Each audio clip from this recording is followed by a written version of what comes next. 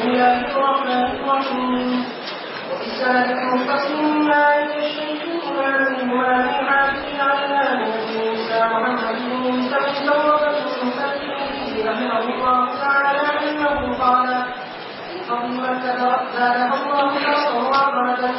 وبه قال حدثنا قتيبة قال حدثنا إليه عن قتيبة عن الزهري عن أبي سلمة عن عبد الله بن علي بن حمراء رضي الله تعالى عنه وعنه أنه قال رأيت رسول الله صلى الله عليه وسلم راكبا على الحجرة فقال والله إنك لخير أرض الله وأحب أرض الله إلى الله ولولا أن يكفركم بما خرجت هذا حديث حسن قريب صحيح.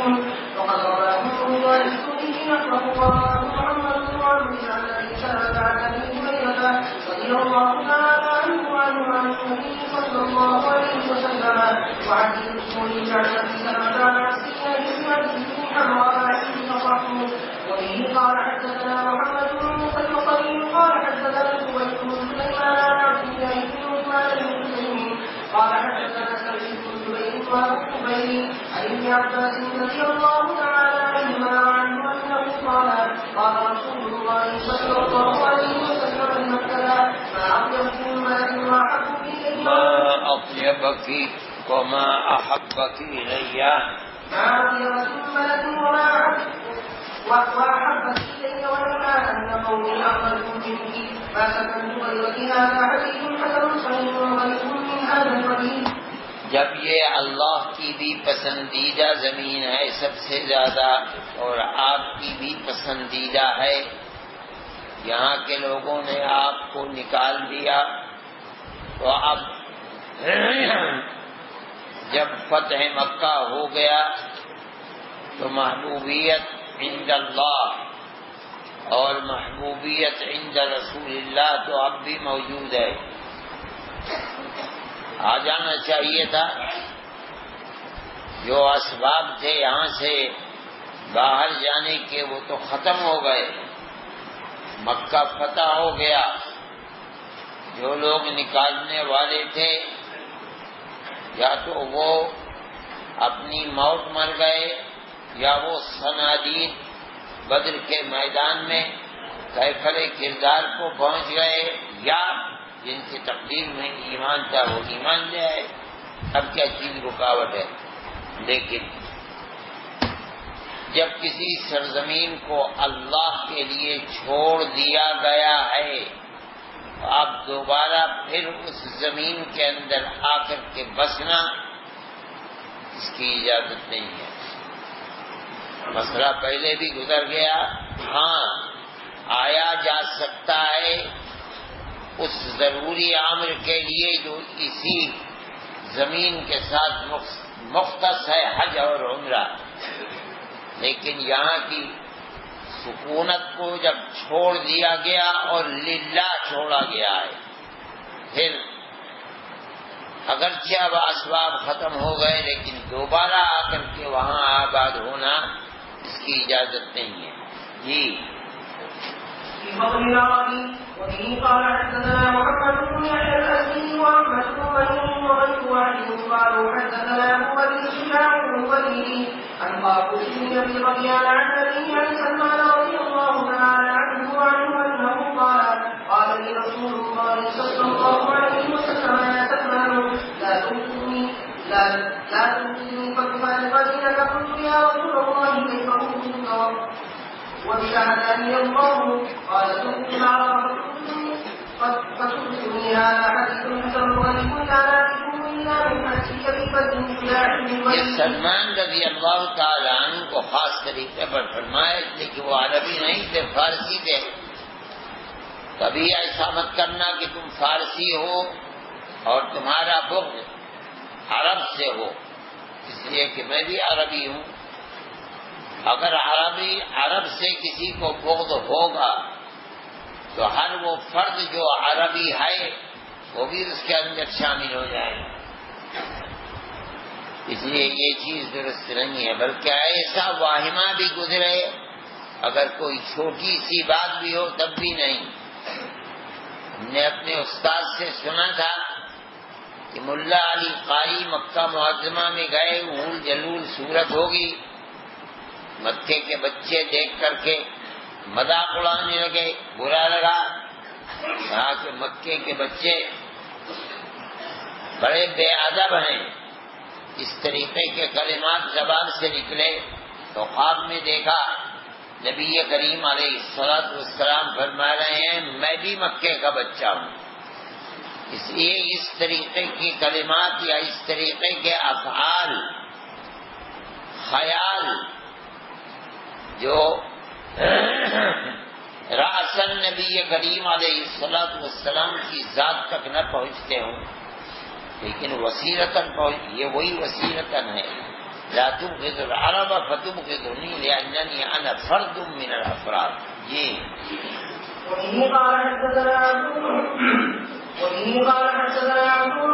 قال حدثنا محمد بن بشير العبدي قال حدثنا عبد الله بن عبد الله بن الاسود عن حسين بن عن خالد بن عبد الله عن خالد بن شهاب بن عثمان بن عفان رضي الله تعالى عنه انه قال رسول الله صلى الله عليه وسلم من غش ولم يدخل في شفاعتي ولم تدخل مودتي هذا حديث غريب لا نعرفه الا من حديث صحيح ومرة أحمد عن مخالف وليس حسين عن ظاهر الحديث ذلك الطويل. وبه قال حدثنا يحيى بن موسى قال حدثنا سليمان بن حرب قال حدثنا محمد بن ابي رزين عن امه انها قالت كانت ام الحديث اذا مات احد من العرب اشتد عليها فقيل لها انا نراك اذا مات رجل من العرب اشتد عليك قالت سمعت مولاي يقول قال رسول الله صلى الله عليه وسلم من اقتراب الساعة حلال العربي. قال محمد بن ابي رزين ومولاها طلحة بن مالك هذا حديث غريب لا نعرفه الا من حديث سليمان بن حرب. وبه قال حدثنا محمد بن يحيى الازدي قال حدثنا حجاج بن محمد عن ابن جريج انه قال اخبرني ابو الزبير انه سمع ذلك عبد الله رضي الله تعالى عنهما وعنه انه يقول حدثتني ام شريك ان رسول الله صلى الله عليه وسلم قال لا يفرن الناس من الدجال حتى يلحقوا بالجبال. قالت ام شريك يا رسول الله واين العرب يومئذ؟ قال هم قليل هذا حديث حسن صحيح قريب.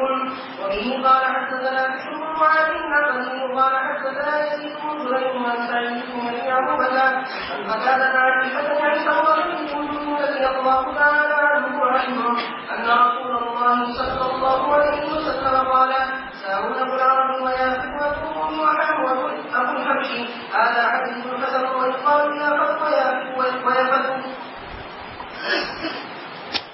چلیے في فضل العدل. وبه قال حدثنا سفيان بن وكيع قال حدثنا يحيى بن آدم عن ابي بكر بن عياش قال یہ لوگ بھاگ جائیں گے دجال کو دیکھ کر کے اپنے یہ وہی لوگ ہوں گے جو اپنے دین و ایمان کی حفاظت کرنے والے ہوں گے اور دجال کے فتنے کے منکر ہوں گے. وہ دعوی الوہیت کرے گا ہی نہیں مانیں گے. اب مقابلہ کر نہیں پائیں گے تو فرار کو اختیار کریں گے حتی یلحقوا بالجبال, ورنہ کوئی وجہ نہیں ہے. جو اس کے اطاعت کرے گا جو مانگے گا وہ دے گا, اس کے ساتھ تو خزانے ہوں گے. یہ جو بھاگ رہے ہیں وہ جو منکر آئے ہیں, اور منکر کیوں ہیں؟ اپنے دین و ایمان کی حفاظت کے لیے. اب پوچھتی ہیں کہ یا رسول اللہ کیا عرب نہیں ہے؟ جب یہ کہ بھاگ جائیں گے, بھاگنے کا کیا مطلب ہے؟ دشمن کے سامنے نہیں. عرب تو کبھی بھی نہیں بھاگتے. میں قلیل ہم قلیل بہت کم ہوں گے. کیا مطلب ہے؟ ختم ہو جائیں گے جو اصلاً عرب, جو عرب کی اپنی خصوصیات ہیں ان کے حامل لوگ آہستہ آہستہ ختم ہو جائیں گے. خاندان محفوظ نہیں رہ سکیں گے. جب خاندان محفوظ نہیں رہیں گے تو وہ خصوصیات جو قبیلے کی تھیں وہ بھی اسی طریقے پر ختم آہستہ آہستہ ہو جائیں گے. ایسے عرب جو اپنے ان امتیازات کے ساتھ دنیا میں زندہ رہنے والے بہت قلیل ہوں. جی عن ابي بكر بن عياش قال حدثنا صالح بن ابي صالح مولى عمرو بن حويرث قال سمعت ابا هريره رضي الله تعالى عنه انه يقول اجرت الاعاجم عند رسول الله صلى الله عليه وسلم فقال النبي صلى الله عليه وسلم لعن بهم او بعضهم او تكون منكم او بعضكم هذا حديث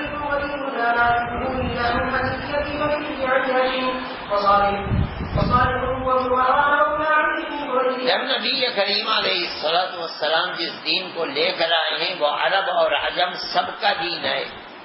یہ کیسے ہو سکتا ہے کہ خصوصیات جو دینی ہیں وہ صرف عرب کے اندر ہوں؟ عرب کے اندر بھی ہوں گی، عجم کے اندر بھی ہوں گی. اس لیے فرماتے ہیں لا انا بہم، یا فرمایا ببعضہم، اوثق منی بکم، یا فرمایا ببعضکم. نبی کریم علیہ السلام کی دین کو آگے بڑھانے کے لیے نصوص سے جزئیات کا استنباط کرنے کے لیے دین محمدی کو اپنی زندگی میں اتارنے کے لیے وہ اوصاف جو ثقافت کے لیے درکار ہیں، ان اوصاف میں کمال حاصل کرنے کے لیے اللہ تعالیٰ نے صرف عرب کو نہیں عجم کو بھی اختیار فرمایا. ان کے اندر ایسے ایسے لوگ ملیں گے. امام ابو حنیفہ رحمۃ اللہ علیہ انہی میں ہیں. جی وبه قال حدثنا علي بن حجر قال حدثنا عبد الله بن جعفر قال حدثني ثور بن زيد الزيدي عن ابي هريره رضي الله تعالى عنه انه قال كنا عند رسول الله صلى الله عليه وسلم حين انزلت سوره الجمعه فبلغنا فلما بلغ على قليل منهم لما يلحق بهم قال له رجل يا رسول الله من هؤلاء الذين لم يلحقوا بنا فلم نكلمهم قال سلمان الفارسي فينا قال فرفع رسول الله صلى الله عليه وسلم يده على سلمان فقال والذي نفسي بيده لو كان الايمان بالسوء لتناوله رجل من هؤلاء هذا حديث حسن. اگر ایمان سریا کے اوپر ہوگا تو ان میں کے کچھ لوگ ایسے ہوں گے جو وہاں سے بھی ایمان کو لے آئیں گے. یعنی کیا مطلب؟ ایمان کے اختیار کرنے میں اگر بے شمار مشقتوں کا سامنا ہوگا تو وہ لوگ ایمان سے اتنی محبت رکھنے والے ہوں گے کہ ان مشقتوں کو جھیلیں گے مگر ایمان کے حصول کے اندر کامیابی حاصل کریں گے. یہ امت کا حال ہے نبی کریم علیہ السلام کا. مراد ہے وہ علوم نبوت جو بڑے مشکل ہوں گے. ایمان اور ایمانیات یہ لوگ آگے بڑھیں گے، بڑھ کر کے کوشش کر کے ان کو حاصل کریں گے. یہاں یہ فرمانے کا مقصد نہیں ہے.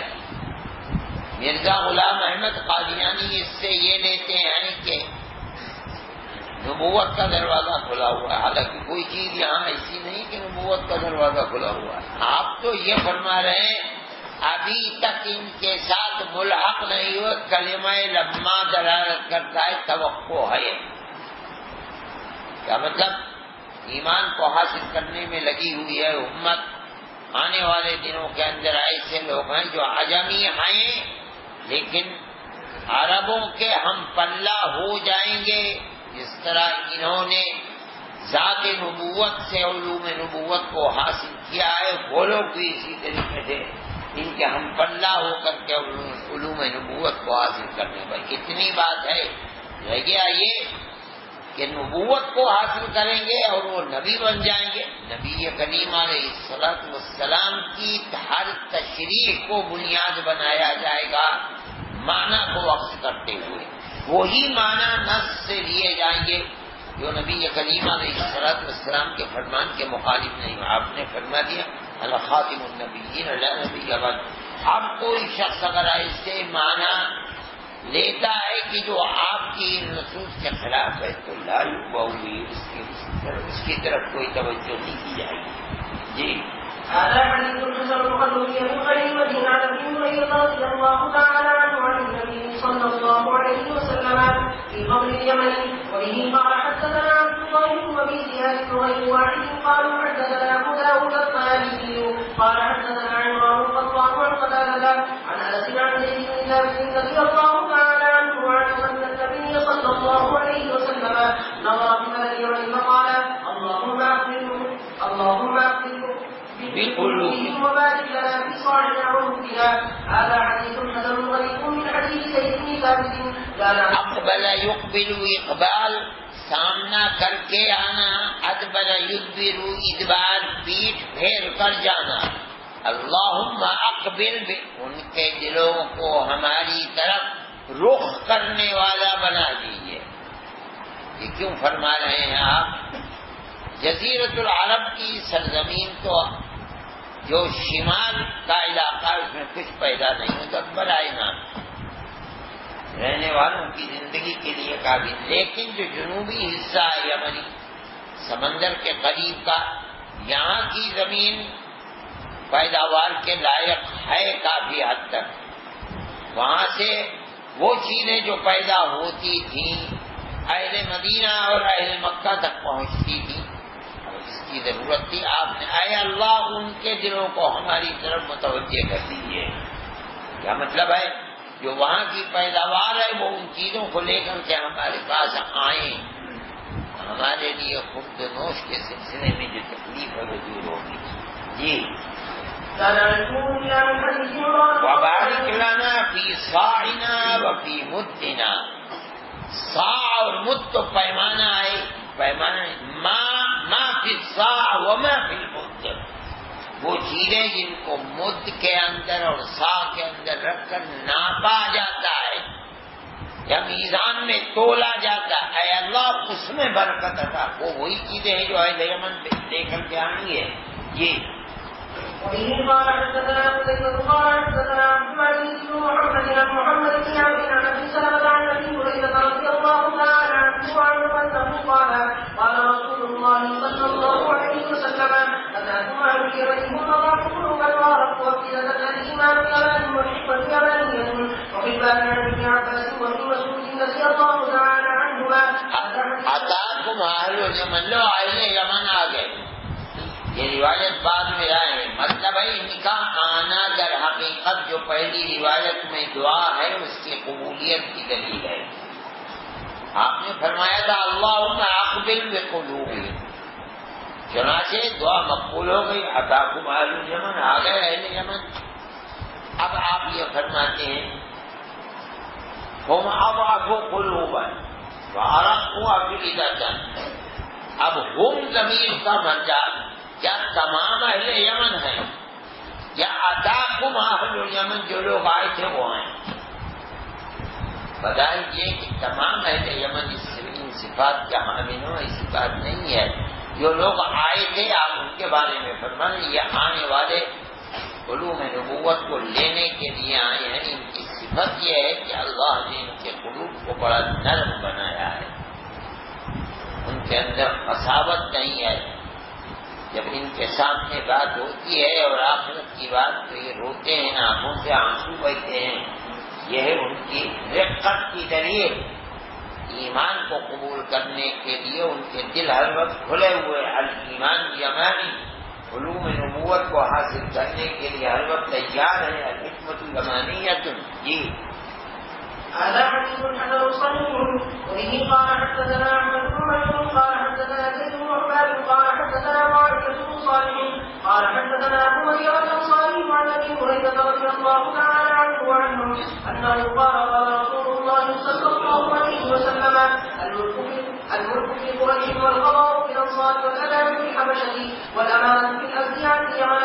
وبه قال حدثنا محمد بن بشار قال حدثنا عبد الرحمن بن مهدي عن معاوية بن صالح عن ابي مريم الانصاري عن ابي هريرة رضي الله تعالى عنه وعنهم نحوه ولم يرفعه، وهذا اصح من حديث سيد بن حباب.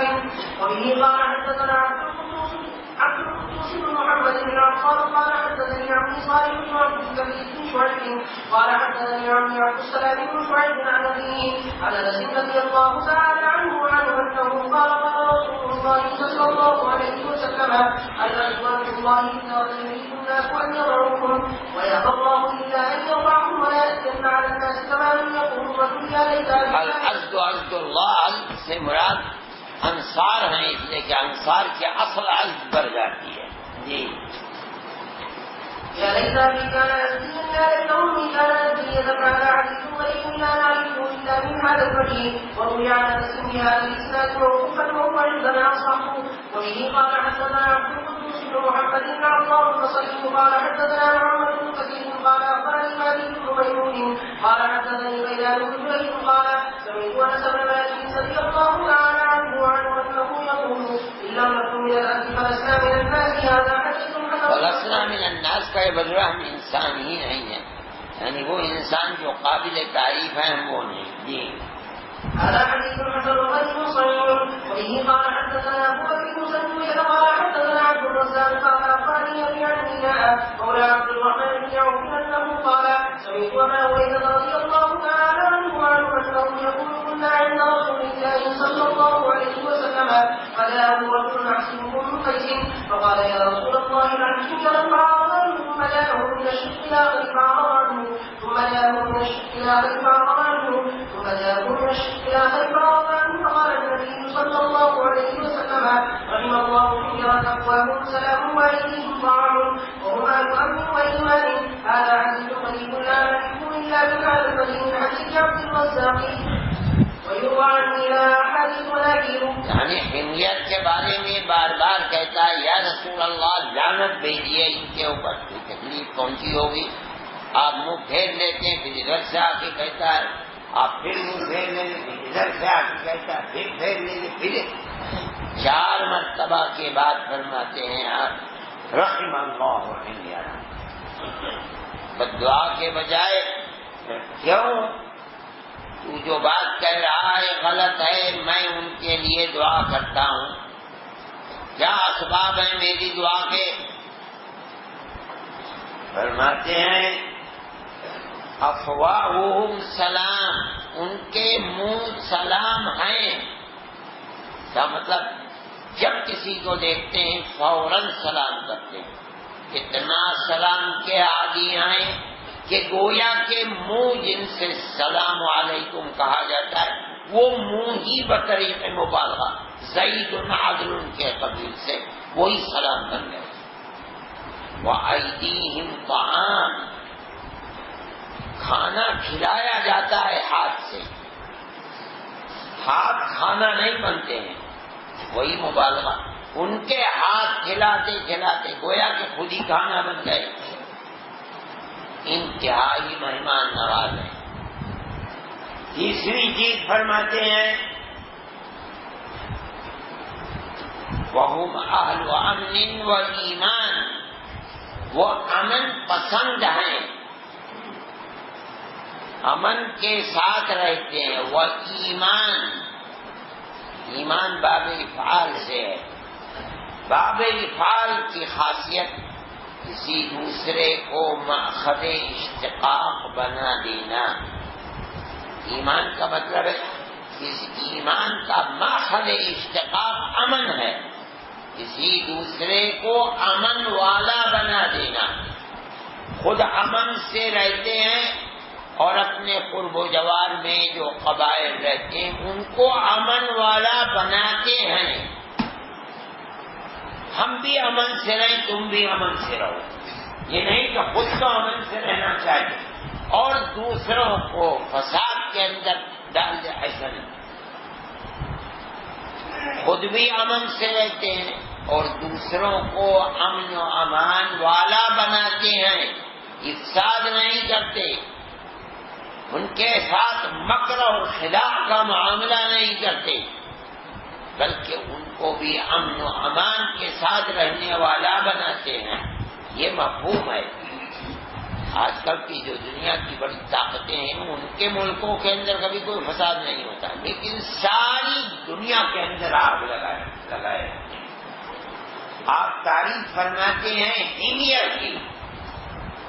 یہ ایمان سے مراد وہ اصطلاحی ایمان ہے کہ ایمان والے ہیں امن حوالوں کے بعد خود امن والے دوسروں کو امن والا بناتے ہیں.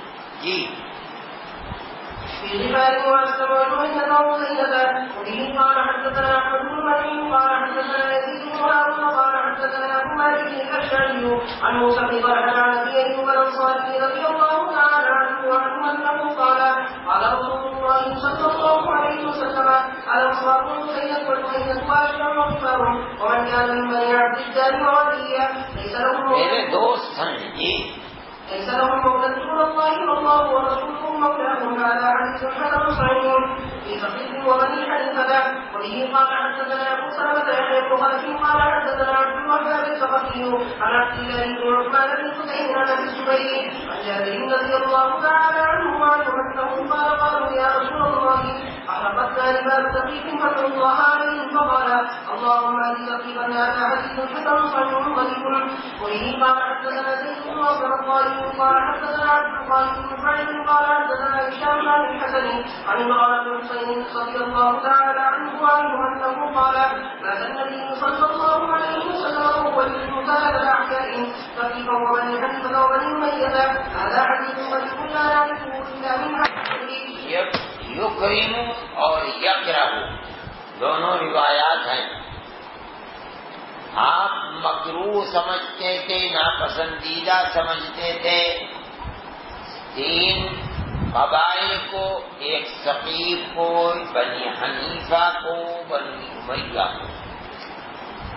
عام روایت جو مشہور ہے وہ یکرمو کی نہیں، یکرہو کی ہے. ثقیف کو آپ مکروہ سمجھتے تھے حجاج بن یوسف کی بنیاد پر.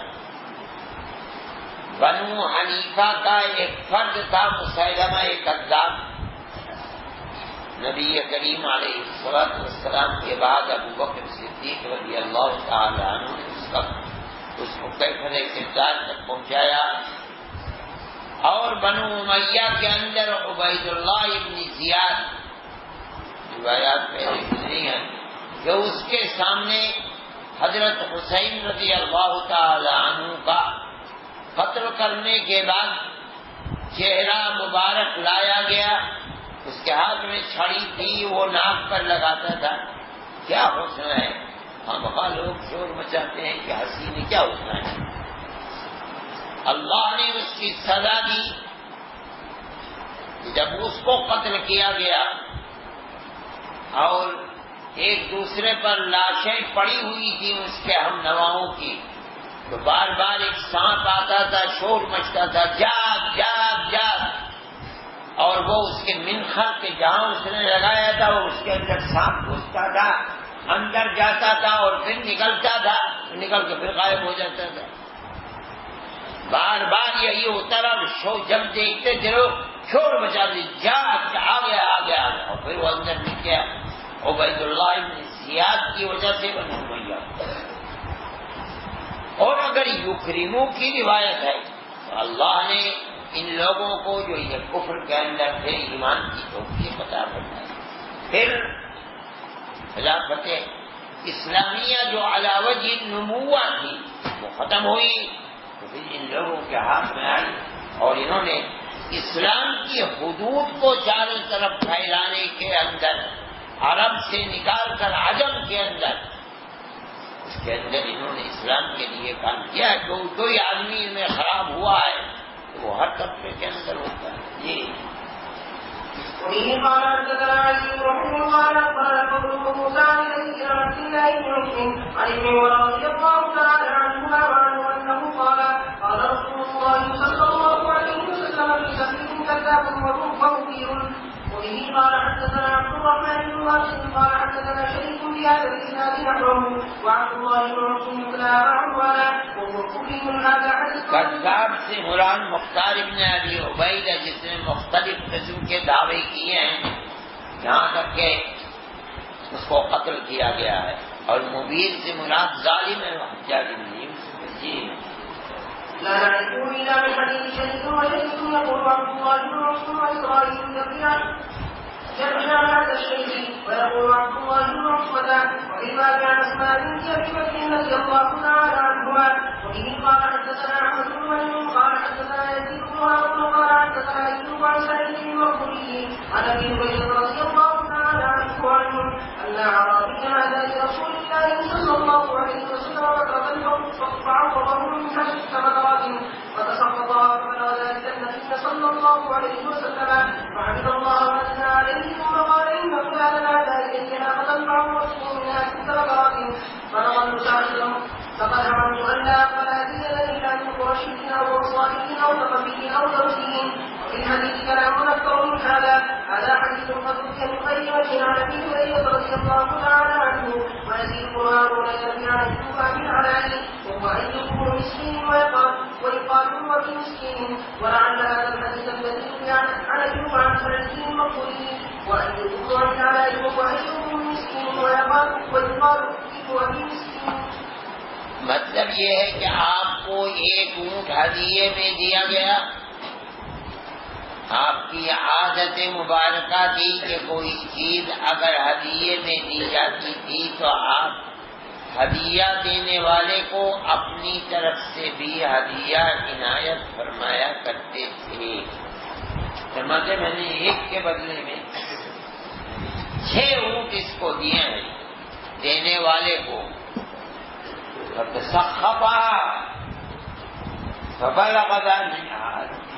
فعوضه منها 6 بقرات فبلغ ذلك النبي صلى الله عليه وسلم فحمد الرسول وقال إن فلانا أهدى إلي ناقة فعوضته منها 6 بقرات فظل ساخطا تسخط سخط یہاں ساخط لائے ہیں اس کے باوجود بھی ناراض ہے. یہ سمجھتا تھا کہ میرے ایک اونٹ کے بدلے کے اندر میں اس کو 50 اونٹ دوں گا. میں نے ایک کے بدلے میں 6 دے دیے. یعنی مطلب ہے کہ قبائل اور خاندان ان کی کچھ خصوصیات ہوتی ہیں. جو بچے اس ماحول کے اندر اپنی ماں کی گود میں آنکھ کھولتے ہیں, اپنی باپ کی تربیت میں رہتے ہیں, وہ آبا و اجداد کی ان خصوصیات کے حامل بنتے ہیں. یہ دنیا کا قانون اور قاعدہ ہے. آپ یہ فرماتے ہیں کہ میرا یہ جی چاہتا ہے کہ میں فلاں فلاں فلاں قبیلے والا اگر کچھ دے تو میں دوں, باقی کسی قبیلے سے کچھ نہ دوں. وہ قبائل جو اپنے اوصاف حمیدہ کے اندر مشہور و معروف ہیں, اگر کسی کو کوئی ہدیہ دیتے ہیں تو زیادتی کے طالب نہیں ہوتے ہیں, صرف اپنے تعلقات کو مضبوط کرنے کے لیے ہدیہ دیتے ہیں, محبت کو قائم کرتے. آپ نے فرمایا تحابب کے لیے دیتے ہیں, اس کا بدلہ لینے کے لیے. بس میں انہیں سے ہدیے کو قبول کروں, باقی لوگوں سے قبول. دیکھیے تو بڑی عجیب چیز ہے. ایک کے بدلے میں 6 دے دیے, پھر بھی اس کے باوجود بھی اس کا سخت نہیں جاتا ہے. جی بسم اللہ الرحمن الرحیم. قال حدثنا محمد بن اسماعیل قال حدثنا احمد بن خالد الحمصي قال حدثنا محمد بن اسحاق عن سعيد بن ابي سعيد المقبري عن ابي هريره رضي الله عنه قال اتى رجل من بني مدار الى النبي صلى الله عليه وسلم ناقه من ابله الذي كان وضعه بالغابه فعوزه منها بعض العيون فتسخط فسمعت رسول الله صلى الله عليه وسلم على المنبر يقول ان رجالا من العرب يهدي احدهم الهديه فاعوزه منها بقدر ما عندي ثم يتسخط فيه عليه وايم الله لا تقبل بعد مقامي هذا من رجل من العرب هديه الا بالقرشي او انصاري او ثقفي او دوسي. یہ قبائل ہیں جو اگر ہدیہ دیتے ہیں جو کسی عوض کے لیے نہیں دیتے بلکہ تحابب کے لیے دیتے, میں انہی سے قبول کروں اور کسی سے نہ کروں. ایک بہت ان کا ترنم فرمانے لگے. ایک بہت وهذا أصح من حديث يزيد بن هارون قال حدثنا إبراهيم بن يعقوب قال حدثنا أبو جرير قال أخبرنا أبي قال سمعت عبد الله بن خلاد يحدث عن حميد بن عبد مالك بن مسروق عن أبي بن عبد الأشعري عن أبيه رضي الله عنه وعنهم قال قال رسول الله صلى الله عليه وسلم نعم الحي والأسد والأشعار ولا يزيدون في القتال ولا يقولون والاشعریون واو جو ہے الاشعریون کے زیادہ آگے نہیں ہے. والاشعریون لا يفرون في القتال. والاشعریون لا يفرون في القتال ولا يقولون هم مني وانا منهم. قال فحدثت بذلك معاوية فقال ليس هكذا قال رسول الله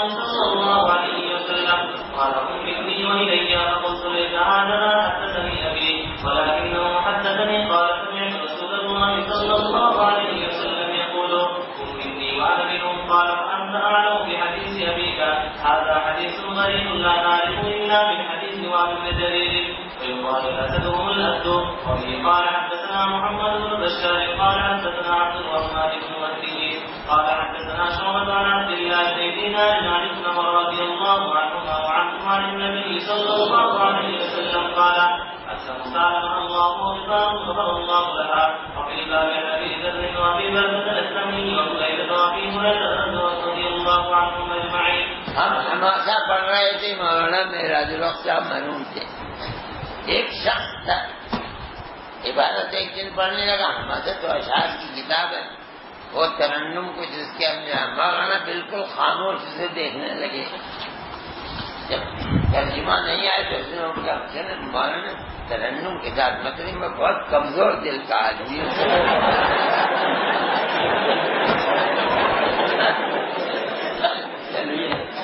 هذا حديث حسن صحيح. وفي قال حدثنا علي بن مسلم قال حدثنا اسماعيل بن جعفر عن عبد الله بن دينار عن ابن عمر رضي الله عنهما وعنهم ان رسول الله صلى الله عليه وسلم قال احسن سالمه الله وغفر الله لها ومسلم قاصد الا ما رسوله. هذا حديث حسن صحيح. وفيه قال حدثنا محمد بن بشار قال حدثنا محمد قال حدثنا سفيان عن عبد الله بن دينار نحو حديث شعبة وحق فيه وحسين وصيد الله ورسوله. هذا حديث عصد الله ورسوله عصد الله ورسوله. هذا حديث عنه صحيح. وبه قال حدثنا هريرة قال حدثنا مغيرة بن عبد الرحمن عن ابي الزناد عن الهارج عن ابي هريرة رضي الله عنه قال قال رسول الله صلى الله عليه وسلم والذي نفس محمد بيده لغفار واسع ومزينة ومن كان من جهينة او قال جهينة ومن كان من مزينة خير عند الله يوم القيامة من اسد وحين واصفان. هذا حديث حسن صحيح. وفيه قال حدثنا محمد بن بشار قال حدثنا عبد الرحمن بن مهدي قال حدثنا سفيان عن جابر بن شداد عن صفوان بن محرز عن المراد بن عتيب رضي الله عنه قال جاء نفر من بني تيم الى رسول الله صلى الله عليه وسلم فقال ابشروا يا بني تميم. قالوا بشرنا ما بنا. قال فتغير رجل رسول الله صلى الله عليه وسلم وجاء نفر من اهل اليمن فقال اقبلوا البشرى فلم يقبلها بنو تميم. قالوا قد قبلنا. هذا حديث حسن صحيح. وبه قال حدثنا مطلب یہ ہے کہ آپ نے بنو تمیم کو جب آئے آپ کے پاس، آپ تو مرکز ہیں علوم خداوندی کا، لوگ آتے ہیں استرشاد کے لیے آتے ہیں. بنو تمیم آئے تو آپ نے فرمایا کہ لو بشارت کو قبول کرو.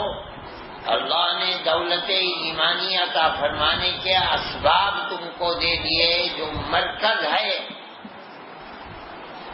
علوم اسلامیہ کا تم وہاں پہنچ گئے. پھر اس کے بعد کہنے لگے ٹھیک ہے ہم نے بشارت کو قبول کر لیا لیکن اب کچھ عنایت تو فرما دیجیے، دنیا کی کچھ دولت تو دے دیجیے. نبی کریم علیہ السلام کے چہرہ انور کا رنگ بدل گیا، غصے ہو گئے. یعنی ان کا مقصد علوم اسلامیہ کو اختیار کرنا اور اپنے قلب و دماغ کو ایمان سے منور کرنا نہیں ہے، بلکہ غرض و غایت دنیا کی کچھ دولت کو حاصل کرنا ہے. اس کے بعد اہل یمن آ گئے. اب آپ نے فرمایا تم بشارت کو قبول کرو. بنو تمیم نے نہیں کیا مطلب میرے پاس آنے کی بنیاد پر جو تم کو ایمان کی دولت میسر ہو سکتی ہے، شرک و کفر سے پاکیزگی مل سکتی ہے، جس کے نتیجے میں تم جہنم کے استحقاق سے باہر نکل کر جنت کے مستحق بن سکتے ہو، یہ دولت تم کو میسر ہو گئی. تو انہوں نے کہا یا رسول اللہ ہم نے قبول کیا اس کو. کیا مطلب ہمارا مقصد دنیا نہیں ہے، ہم تو ایمان اور ایمانیات کو سیکھنے کے لیے آئے. وہ جو روایت پچھلے صفحے پر گزری ہے کہ اتاکم اہل الیمن، اہل یمن تمہارے پاس آ گئے. اب اس کے بعد کیا ہے؟ ہم اب آپ کو قلوبا رقوا فدۃ علی ایمان یمانی والحکمت. یہ ہے اس کا مصداق. بنو تمیم کے مقابلے میں یہ لوگ کسی دنیا کی غرض سے نہیں ہے، یہ ایمان و ایمانیات ہی کو سیکھنے. آپ نے ان کی تعریف فرمائی علی ایمان یمان والحکمت یمانیۃ، اسی مقصد کے لیے آئے دنیا میں. جی هذا حديث عنه صحيح. وبه قال حدثنا محمود بن غيلان قال حدثنا ابو احمد قال حدثنا سفيان عن عبد الملك بن عمير عن عبد الرحمن بن ابي بكر عن ابيه رضي الله عنه ان رسول الله صلى الله عليه وسلم قال انه غفار وهذين خير من تميم واسد وقطعن وبني عامر بن سعد يمد بها قومه. فقال القوم قد قالوا وصلوا قال فهم خير منهم.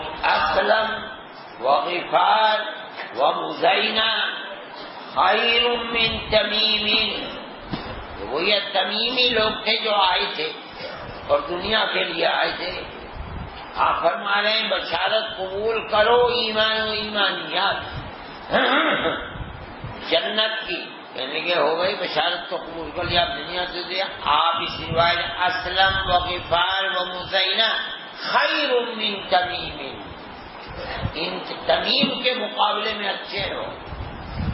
بظاہر یہ کہ اسی طرف کے ان کے اندر جو جس طریقے کے اوپر ایمان و ایمانیات کی پیاس ان کے اندر موجود ہے ان کے اندر موجود نہیں ہے، اس سے کم ہے. جی هذا حديث حسن صحيح. وبه قال حدثنا بشر بن آدم بن ابنة أزهر السمان قال حدثني جدي ابنة أزهر السمان ابنة أزهر السمان. بشر بن آدم بن ابنة أزهر السمان قال حدثني جدي أزهر السمان عن ابن عون عن نافع عن ابن عمر رضي الله عنهما وعنهم أن رسول الله صلى الله عليه وسلم قال اللهم بارك لنا في شامنا اللهم بارك لنا في يمننا. قال وفي نجدنا فقال اللهم بارك لنا في شامنا وبارك لنا في يمننا. قال وفي نجدنا قال هنالك الزلازل والفتن ومنها وقال منها يخرج طرف الشيطان. هذا حديث حسن صحيح قريب من هذا الوجه من حديث ابن عون. وروي هذا الحديث ايضا عن سالم بن عبد الله بن عمر رضي الله عنهما وعنهما عن ابيه عن النبي صلى الله عليه وسلم بارک لنا فی شامنا وبارک لنا فی یمننا. یا تو یہ اس وقت کے لیے خاص ہے جس وقت آپ یہ کلام فرما رہے ہیں، یا پھر یہ ہے کہ آنے والے زمانے کے اندر قرب قیامت میں مختلف روایات میں آتا ہے یا رسول اللہ کہاں جائیں. اس وقت آپ نے اشارہ فرمایا شام کی طرف. اس کا یہ مفہوم بظاہر نہیں ہو سکتا کہ ہر وقت الی یوم القیامہ ہر زمانے میں وہ اس کے مستحق ہیں. ایک زمانے ایسے بھی ہیں اس کے اندر ملک مرکز بن رہا ہے اسلام کی مخالف طاقتوں کا، وہ جینے نہیں دینا چاہتے ہیں. ایسے لوگوں کی حکومتیں ہو سکتی اور ہیں بھی. تو اس بنیاد کے اوپر یہ نہیں کہا جا سکتا کہ یہ حکم عمومی ہے، بلکہ آپ فرما رہے ہیں اس وقت یا کسی وقت اگر اہل ایمان کا یہ معقل بن جائے گا، مجمع بن جائے گا، تو اس کے اندر برکت کی دعا دی جائے گی. جی اور نجد کے بارے میں آپ یہ فرما رہے ہیں بنو حنیفہ وہاں آباد تھے جس کے اندر مسیلمہ کذاب پیدا ہوا. یہ ابتدا تھی اور انتہا اسی طرف سے فتنہ دجال اٹھ کر کے آئے گا. ہو سکتا ہے یہ بنیاد ہو، یا آپ نے چونکہ متعین نہیں فرمائے تھے یہ بھی ہو سکتا ہے، اس کے علاوہ دوسری بھی ہو سکتی ہے. جی قال حدثنا محمد بن بشار قال حدثنا وهب بن جرير قال حدثنا ابي قال سمعت يحيى بن ايوب يحدث عن يزيد بن ابي حبيب عن عبد الرحمن بن شماسة عن زيد بن ثابت رضي الله عنه وعنهم قال كنا عند رسول الله صلى الله عليه وسلم نقرأ القرآن من الرقاع فقال رسول الله صلى الله عليه وسلم طوبى للشام وقلنا لمن ذلك يا رسول الله لأي ذلك لأي ذلك أي ذلك لأي سبب جی يا رسول الله قال لأن ملائكة الرحمن باتت أجنحتها عليها هذا حديث ظاہر کہ یہ ہر وقت کے لیے نہیں ہے کہ ملائکۃ الرحمن نے اپنے پر سے سایہ کر رکھا ہے اس کے اوپر. وہ تو جب یہ ہوگا جب وہاں کے رہنے والوں کے اندر خیر ہوگی اور رحمت خداوندی برس رہی ہوگی. زمانہ ایسا ہے کہ ایمان اور اہل ایمان کے اوپر انتہائی سخت حالات ہوں گے اور ایمان بے قدر ہو کر کے رہ جائے گا. تو یہ تھوڑی کہا جا سکتا ہے کہ ملائکۃ الرحمت نہیں کہا جا سکتا. جی هذا حديث حسن غريب انما نعرفه من حديث يحيى بن ايوب وبه قال حدثنا محمد بن بشار قال حدثنا ابو عامر بن العقدي قال حدثنا هشام بن سعد عن سعيد بن ابي سعيد عن ابي هريره رضي الله عنه عن النبي صلى الله عليه وسلم قال لا ينتهين اقوام يفتقرون بآبائهم الذين ماتوا انما هم جهنم ولا يكونون اهون على من الجوار الذي يمثل القراء بأنفه ان الله عذب عليكم ربية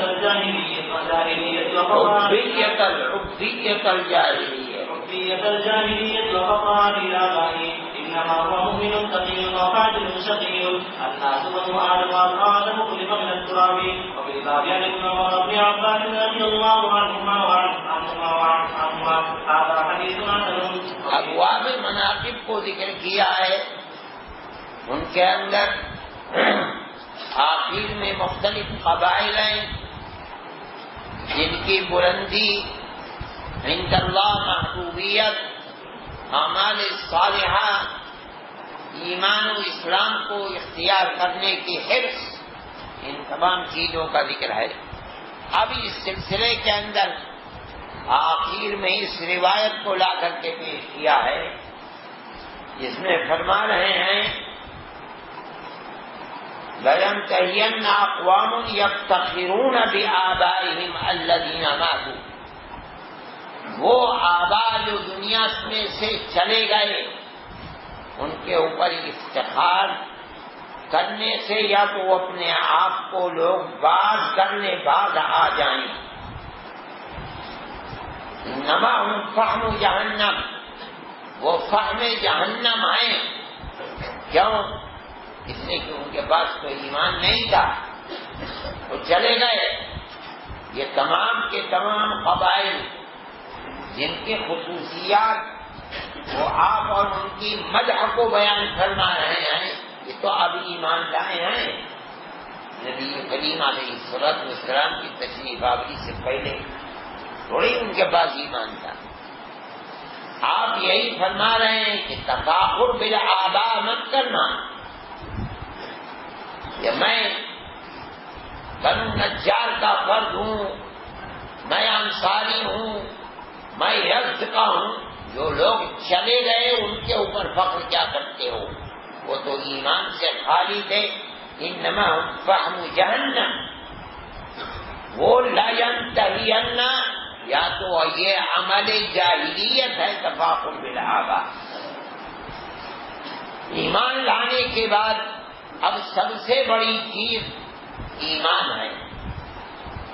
اس میں یہ وہ لوگ جو جہنم کا کنڈا بنے ہوئے تھے اپنے کفریات اور عقیدہ کفر کی بنیاد کے اوپر، ان پر تفاخر نہیں کیا جائے گا. یا تو باز آ جائیں یا لَيَكُونُنَّ أَهْوَنَ عَلَى اللَّهِ مِنَ الْجُعَلِ الَّذِي يُدَهْلِهُ الْقِرَاءَ بِأَنْفِهِ. ورنہ تو اللہ کے یہاں وہ اس کیڑے سے بھی زیادہ ذلیل و خوار ہوں گے جو کیڑا اس کو جعل کہتے ہیں، جو پاخانے ہی سے بنتا ہے اور جہاں گولیاں پڑی رہتی ہیں وہاں پیدا ہوتا ہے اور اس کی غذا بھی پاخانہ ہی ہوتا ہے.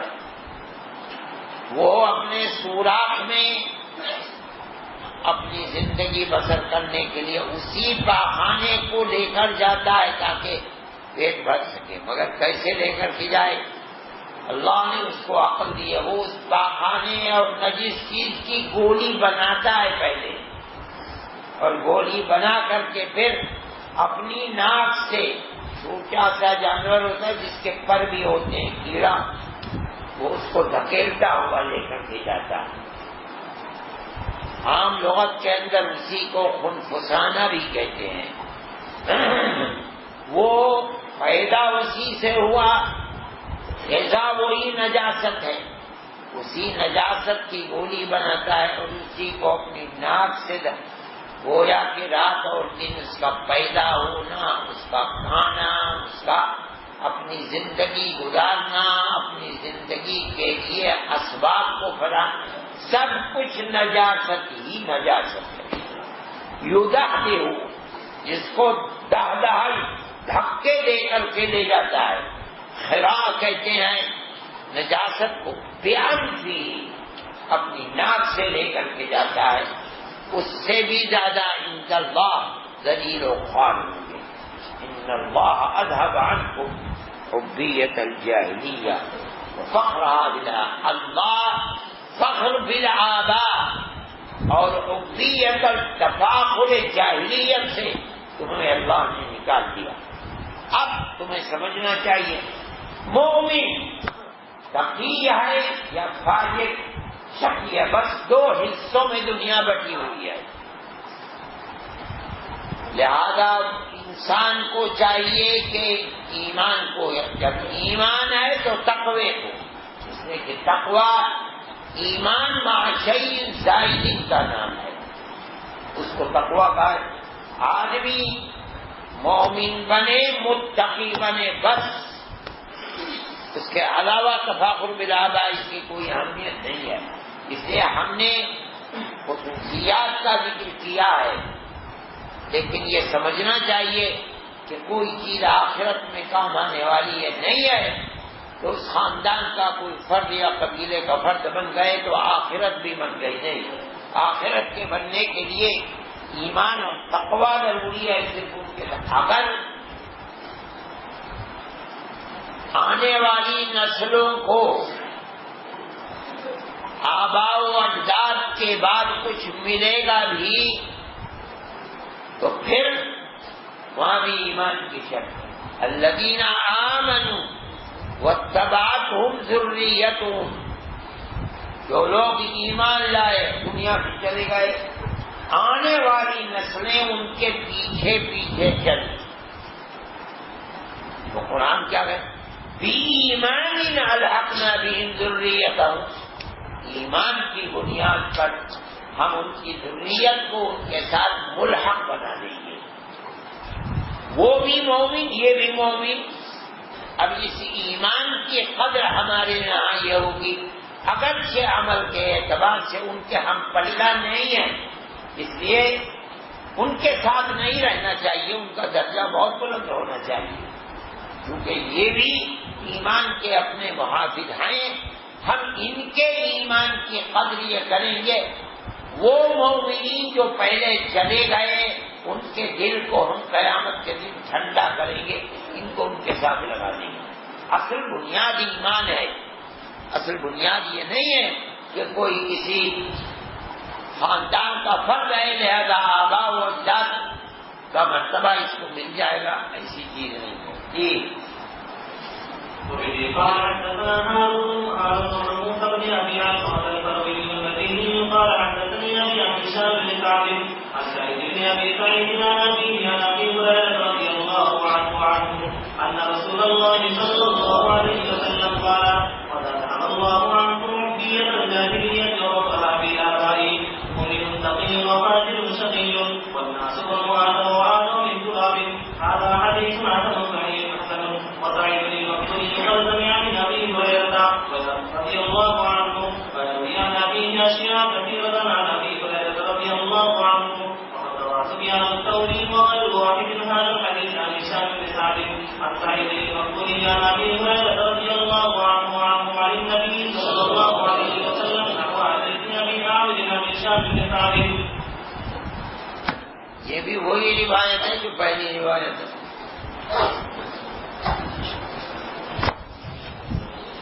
اللہ اللہ کر کے کتاب ختم ہو گئی. میرے تو حالات ایسے ہیں کہ میں حقیقت یہ ہے کہ میں تو کتاب کا ختم کرنا میرے لیے تو مولانا مفتی یوسف صاحب کی عنایت ہے کہ انہوں نے کتاب کو ختم کر دیا. میرے مشاغل کو بہت یہ ان لوگوں نے پرچیاں دی ہوں گی، بظاہر دعائی کی پرچیاں ہوں گی.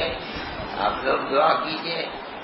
میں نے یہ کتاب اصل میں میری کتاب نہیں ہے،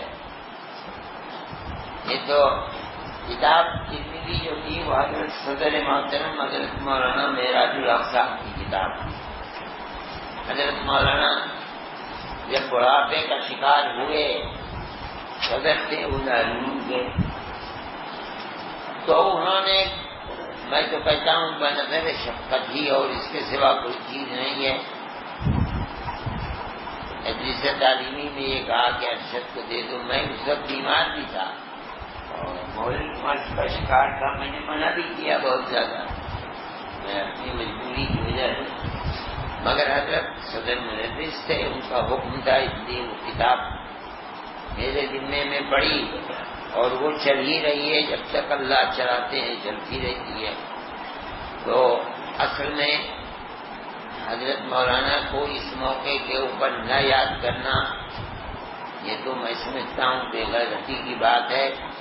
حضرت مولانا کے لیے 3 مرتبہ درود شریف، 3 مرتبہ سورہ فاتحہ، پھر 3 مرتبہ 11 مرتبہ یا 12 مرتبہ قل هو اللہ احد، اور پھر 3 مرتبہ سورہ فاتحہ کا درود شریف پڑھ کر ان کی روح کو ثواب پہنچا دو. حضرت مولانا نے شادی نہیں کی تھی، ان کی کوئی اولاد نہیں ہے. اب ان کی اولاد ان کی روحانی اور علمی ہی اولاد ہیں. اس لیے ہمارا یہ عمل یقیناً ان کی روح کے لیے بڑی خوشی کا باعث بنے گا. اس لیے اصل حق تو میرے اوپر ہے، لیکن میں آپ لوگوں سے بھی کہتا ہوں کہ آپ اس طرح سے پڑھ کر کے ان کی روح کو ثواب پہنچائیں گے.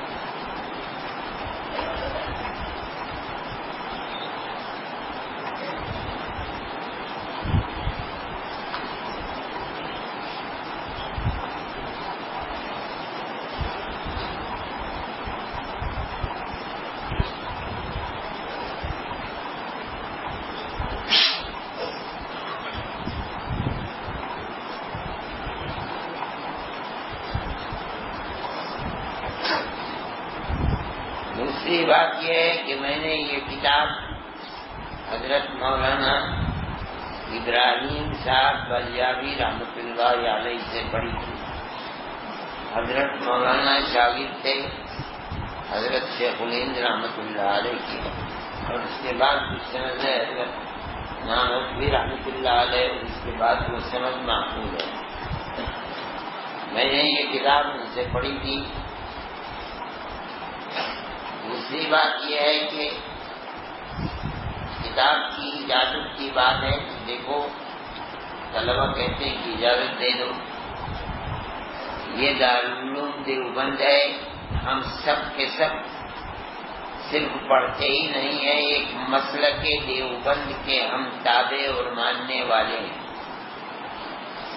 ہماری نسبت اپنے اکابر سے جبھی محفوظ رہے گی جب ہم ان کے نظریات اور ان کے مسلک کو ماننے والے اور اس کے پابند رہیں گے۔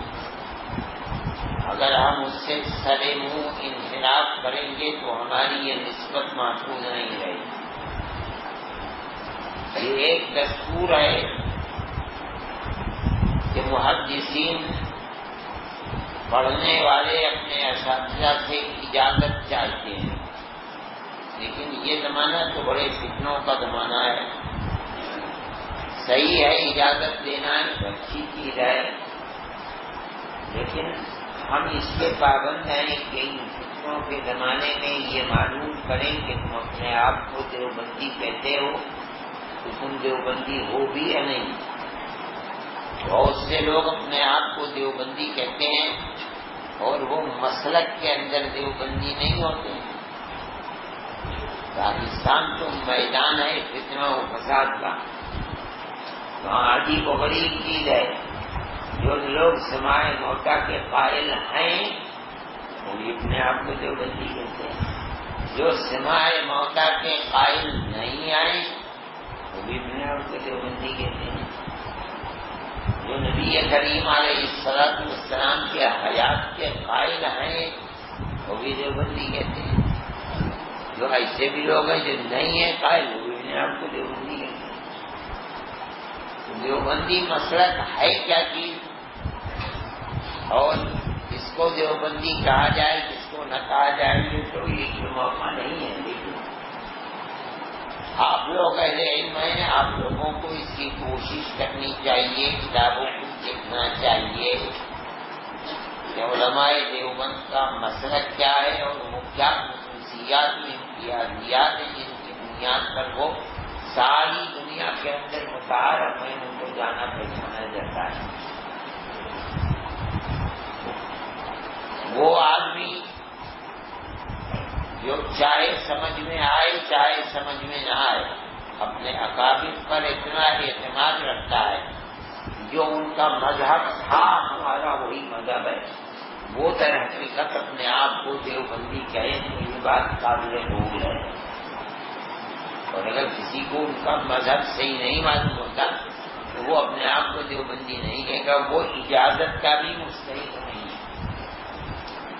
ہم دیوبند میں بیٹھ کر دیوبند دارالعلوم کی مسند کے اوپر بیٹھ کر اجازت دیں ان لوگوں کو جو مسلک کے اعتبار سے دیوبندی نہیں، یعنی حضرت گنگوہی رحمۃ اللہ علیہ کے مسلک پر نہیں ہے۔ مسلک کی بنیاد حضرت نانوتوی نہیں ہے، مسلک کی بنیاد حضرت گنگوہی رحمۃ اللہ علیہ۔ حضرت نانوتوی رحمۃ اللہ علیہ نے جب دارالعلوم کو آ کر قائم کیا ہے، یہ ایک گھر ہے، جب آپ صدر دروازے سے نکل کر چھتے کی مسجد میں جائیں گے تو بائیں طرف بڑی اونچی دیوار ہے، یہ ایک گھر ہے۔ مولانا محمد نعیم صاحب اسی گھر کے فرد تھے جو دارالعلوم سے فارغ ہوئے، پھر دارالعلوم کے استاد بنے، ہمارے بھی استاد تھے، جب انقلاب آیا چلے گئے۔ اسی گھر کے فرد تھے، ہم نے ان کے بڑوں کو دیکھا، حکیم منعم صاحب تھے جو والد تھے ان کے۔ یہ حضرات اپنے اندر بدعتی رجحان رکھتے ہیں۔ یہاں جب آپ جائیں گے سہارنپور جو آخری اسٹیشن پڑتا ہے، سب سے پہلا تو کدھیڑی ہے، پھر ناگل ہے، پھر تیسرا اسٹیشن ہے ٹپری۔ جب ٹپری میں آپ رخ اگر آپ کا انجم کی طرف ہوگا جاتے ہوئے تو بائیں ہاتھ کو تھوڑی دور پر آپ کو ایک گنبد نظر آئے گا، کسی پیر کا مزار ہے، یہ لوگ اس کے سجادہ نشین ہیں. میرے خیال میں اب بھی ہوں گے، پتا نہیں کون اس خاندان کا کوئی فرد ہے یہاں یا نہیں، میں نہیں جانتا. حضرت نانوتوی نام اس وقت جن کا ڈنکا بجتا تھا خاندان کا، ان کو بلا لیا. صرف اس لیے بلایا ہوگا دارالعلوم میں تاکہ ان کے شر سے دارالعلوم محفوظ ہو. حضرت وہی رحمۃ اللہ علیہ کو پتہ چلا فوراً غصے کا حضرت تم نے کیسے بلایا؟ فرمایا کیا تمہارے سامنے یہ بات نہیں کہ من وقر صاحب بدعۃ فقد اعان علی ہدم الاسلام؟ اس سے پتہ چلتا ہے کہ مسلک دیوبند کی بنیاد اس کے اندر جو تشدد اور عصبیت ہے جس کی وجہ سے یہ مسلک محفوظ ہے. حضرت گنگوئی رحمۃ اللہ علیہ، حضرت نانوتوی رحمۃ اللہ علیہ نہیں، پھر حضرت گنگوئی رحمۃ اللہ علیہ کی تربیت حاصل کرنے والے حضرت تھانوی رحمۃ اللہ، اگرچہ شیخ ان کے بھی وہی ہیں جو حضرت گنگوئی کے ہیں. حاجی صاحب شیخ ہیں حضرت نانوتوی کے بھی، حضرت گنگوئی کے بھی، حضرت شیخ الہند کے بھی، حضرت چاروں کے چاروں یہ مجاز ہیں حضرت حاجی صاحب کے. حضرت تھانوی رحمۃ اللہ علیہ کو خلافت دینے کے بعد سپرد کیا گیا حضرت اب ان کی تربیت کرو. جتنی چیزیں حضرت تھانوی سے ملتی ہیں ان کو کہا جاتا ہے مجدد ملت اور مہدی احمد. وہ سب اس تربیت کا اثر ہے جو تربیت حضرت گنگوئی رحمۃ اللہ علیہ سے ملی ہے. تذکرۃ الرشید میں خط و کتابت کا جو استفادہ کیا ہے حضرت تھانوی جیسا آدمی اپنی رائے پر مستحکم حضرت گنگوئی رحمۃ اللہ حضرت میری کو میں یہ بات پیش کر رہا ہوں جو آپ فرمائیں گے اسی کو اختیار کروں گا. یعنی میری رائے کوئی رائے نہیں ہے، اصل آپ ہیں، آپ فرمائیے کیا صحیح ہے، یہ ہے تو میں سے اختیار ہو جائے تو میں سے اختیار ہو جائے. اصل بنیاد حضرت گنگوئی رحمۃ اللہ علیہ کی. اس لیے جو حضرات وہی اجازت کے مستحق ہوتے ہیں، ہو سکتے ہیں اجازت حاصل کرنے کے مستحق، جو مسلک دیوبند کے پابند ہیں. مسلک دیوبند کی پابندی کا مطلب ہے جو کچھ فرمایا ہے علماء دیوبند نے وہ اپنے گلے کا ہار بنا رکھا ہے. ہم کہیں بھی ہوں، ہماری سمجھ میں آئے، ہم کسی دلیل کے محتاج نہیں ہیں، ہم اس کے پابند ہیں، وہ ہماری. اب یہ چیز کہ ہم سمائے موتا کے یہ کچھ نہیں ہم جانتے. حدیث میں ہے ان حضرات کا مسئلہ تھا. آپ کوئی دلیل دیتے رہو، ہمارا یہ مسئلہ نہیں، ہم دیوبندی ہیں، ورنہ اسے دیوبندی کہنے کا حق نہیں ہے اپنے آپ کو. یہی مسئلہ کے جمہور ہے. علماء دیوبند کا کوئی اپنا مسلک جمہور کے مسلک سے ہٹا ہوا نہیں ہے، نہیں مانتے ہیں کہ بھائی اس میں اختلاف ہے. ہم نے 1.5 منٹ کی مسجد الگ کروا رکھی نہیں. مجھے ابھی کسی سال میں سفر میں تھا، مجھے کوئی نظری مل گئے، کہنے لگے جب ہم فارغ ہو کے نظرے سے آئے تو ہمیں حضرت مولانا علی میاں صاحب نے 2 نصیحتیں کی. وہ نصیحتیں بڑی اچھی ہیں. پہلی نصیحت کی کبھی جمہور کے مسلک سے دائیں بائیں نہ ہونا. بڑی پاکیزہ بات ہے.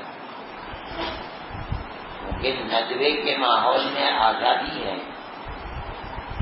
بنیاد کے اوپر پابند بنا دیا کہ جمہور کا جو مسلک ہو اس سے دائیں بائیں. میں تم سے بھی یہ بات کہتا ہوں. دوسری بات بڑی عجیب و غریب جو ندوے کے ماحول میں آتی. دوسری بات بتائی کہ حضرت تھانوی کی کتابوں کا ہمیشہ مطالعہ کرنا. بڑی عجیب و غریب بات ہے. اور حضرت مولانا کا جو خود ندوی تھے لیکن ان کو یہ چیز ملی. اول تو انہوں نے 6 مہینے علم حدیث کے سلسلے میں دارالعلوم میں گزارے. اس کے بعد ان کی صحت، مولانا راوی صاحب بھی یہاں کے طالب علم رہے ہیں، لیکن ان کی صحت یہاں کا کھانا پینا پانی مناسب نہیں ہے، مجبور ہو کے چلے گئے۔ دوسرے یہ کہ وہ بڑے آزاد خیال سے حضرت مولانا جمعہ صاحب ان کے جو بڑے بھائی تھے ڈاکٹر عبدالعلی صاحب وہ دارالعلوم کے فاضل تھے، اور حضرت شیخ الہند رحمۃ اللہ علیہ کے تلامذہ میں سے تھے۔ حضرت رحمۃ اللہ علیہ لکھنؤ جاتے تھے، ہمیشہ انہی کے یہاں رہتے تھے، بڑا تعلق تھا بہت زیادہ، اسی لیے ان کا پورا خاندان رائے بریلی لکھنؤ ہسوا سب کے سب حضرت رحمۃ اللہ علیہ سے گئے تھے۔ جب مولانا جمعہ صاحب پاس جاتا تھا اور دعا کے لیے کہتا تھا، مولانا فرمائے ہم تو خاندانی غلام ہیں، اسی لیے سب کے سب حضرت سے گئے تھے۔ مولانا علی میاں صاحب کی تربیت ڈاکٹر عبدالعلی صاحب نے کی تھی، اس لیے ان کو سب سے پہلے تو بھیجا لاہور۔ مولانا احمد علی صاحب لاہوری شیخ التفسیر ان کی خدمت میں رہے، وہ حضرت شیخ الہند رحمۃ اللہ علیہ کا خادم تھے، ان کے غلام تھے، یعنی ان سے بڑا تھا، انہوں نے اپنے اکابر کی یہ لنگی تلوار تھے۔ جس زمانے میں پاکستان میں کوئی نام نہیں لے سکتا تھا دیوبند کی، وہ ان کی کوئی مجلس خالی نہیں جاتی تھی جس میں علماء دیوبند اور حضرت رحمۃ اللہ علیہ کا نام نہ لیا جاتا۔ پھر اس کے بعد آئے وہاں سے تو حضرت رائے پوری سے متعلق ہو گئے، اور آخر تک حضرت رائے پوری سے میرے خیال میں جائے حضرت رائے پوری کی گزاری، وہاں سے ان کے اندر یہ ذہن پیدا ہوا کہ حضرت تھانوی رحمۃ اللہ علیہ کتابوں کا مطالعہ ندوے کی آزادانہ ماحول کے اندر، وہاں تو پہلے شیعہ بھی پڑھتے تھے، سنی بھی پڑھتے تھے، یہ جو آگ ملتی ہے وہاں دیوبندیت کافی حد تک صرف مولانا جمعہ صاحب کا کام، بڑی اچھی دونوں نصیحتیں کی ہیں، میں تم کو بھی یہی نصیحت کرتا ہوں کہ علماء دیوبند کا جو مسلک ہے اپنی 1.5 اینٹ کی مسجد مت بناؤ، جمہور کا جو مسلک ہے اس کو اپناؤ، اپنے اکابر کی زندگی کو پڑھو، حضرت تھانوی رحمۃ اللہ علیہ کی کتابوں کو مطالعہ کرتے رہو، تو کبھی بھی دائیں بائیں نہیں ہوگے، ورنہ یہ تو زمانہ فتنوں کا زمانہ ہے، خدا جانے کس راستے کے اوپر ڈال دے، آدمی کی اپنی دنیا بھی برباد ہو اور آخرت بھی برباد ہو، تبھی کامیاب ہو سکتے ہیں۔ دوسری بات یہ ہے کہ علوم نبوت کو سیکھا ہے تو جا کر کے چاہے کسی مسجد میں بیٹھ کر کے، میں نہیں کہتا ہوں کہ دنیا کے کمانے کے لیے کچھ اور مت پڑھو یا کچھ اور مت سیکھو، تو چاہے کاروباری زندگی بڑھو، لیکن اس کے ساتھ ساتھ دین کی حفاظت کے لیے اور دین کو آگے بڑھانے کے لیے کام ضرور کرو، اور جہاں کہیں دین کے خلاف یا مسلک صحیح کے خلاف آواز اٹھے تو سینہ سپر ہو کر کے اس کا مقابلہ کرو، یہی طریقہ تھا قابل کا، اور اس کی سوا کچھ بھی نہیں تھا۔ باقی جن لوگوں نے لی ہیں بچیاں ان کے لیے بھی دعا کرو، اپنے لیے بھی دعا کرو، حضرت مولانا میرا جو وقت ہے اس کو جو پڑھا ہے وہ بخش دو، اور سب اکابر کے لیے دعا کرو۔ موجودہ دور ہندوستان کے اندر خطرناک ہے، جو لوگ حکومت کی تخت پر بیٹھے ہوئے ہیں وہ بھی سب سے زیادہ مسلمان کو ذلیل کرنا چاہتے ہیں،